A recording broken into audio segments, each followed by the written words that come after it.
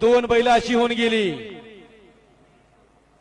जिंकलेला दिवस कोणी लक्षात ठेवल, परंतु हारलेला दिवस लक्षात ठेवणं त्या बैलानं काय करामत केली असेल लक्षात घ्या।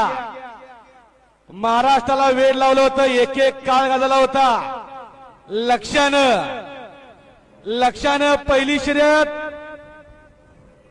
पराजित झाला। लक्षा पहिल्या शर्यतीला घेसरचं मैदान होतं। खऱ्या अर्थानं विरोधकांनी जवळजवळ 1 तास मैदानामध्ये आतिषबाजी केली होती, कारण की ते जिंकले होते म्हणून।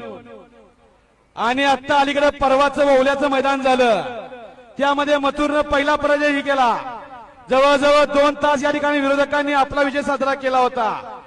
जिंकलेला दिवस कोणी सांगेल, परंतु त्या बैलांचं महत्व बघा। ज्या दिवशी बैल हारला तेव्हा 2 तास मैदान थांबलं होतं। जिंकला तरी इतिहास घडला आणि हारला तरी इतिहास घडला, अशी 2 बैल आतापर्यंत होऊन गेली। एक महाराष्ट्राचा किंग लक्ष्या आणि दुसरा बिंजोरचा बादशाह मथुर, या 2 बैलांचा इतिहास आहे। कॅमेरा